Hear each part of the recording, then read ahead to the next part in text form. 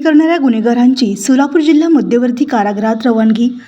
जाब देणारनामे Sahil siphon Shaikh वय वर्ष 22 राहता धनलक्ष्मी नगर कल्पना नगरच्या पाठीमागे सोलापूर याच्याविरुद्ध सन 2025 व 2026 या वर्षामध्ये बेकायदेशीर शस्त्र जवळ बाळगणे, मारामारी करणे, दुखापत करणे यासारखे गुन्हे दाखल झाल्याने त्याच्याविरुद्ध वरिष्ठ पोलीस निरीक्षक MIDC पोलीस ठाणे यांनी भारतीय नागरिक सुरक्षा संहिता कलम 126 प्रमाणे विजय कभाडे माननीय विशेष कार्यकारी दंडाधिकारी तथा पोलीस उपायुक्त परिमंडळ यांच्याकडे प्रस्ताव पाठवला होता। माननीय विशेष कार्यकारी दंडाधिकारी यांनी जाब देणार यांच्याकडून भारतीय नागरिक सुरक्षा संहिता कलम 136 अन्वये सार्वजनिक शांतता राखण्याच्या अटीवर 25,000 रुपयाचे 1 वर्ष मुदतीचे अंतिम बंधपत्र घेतले होते। बंधपत्राच्या कालावधीत जाब देणार यांच्यावर पुन्हा गुन्हा दाखल झाल्याने जाब देणार यांना 25,000 रुपये इतका दंड भरण्याबाबतची नोटीस देण्यात आली होती।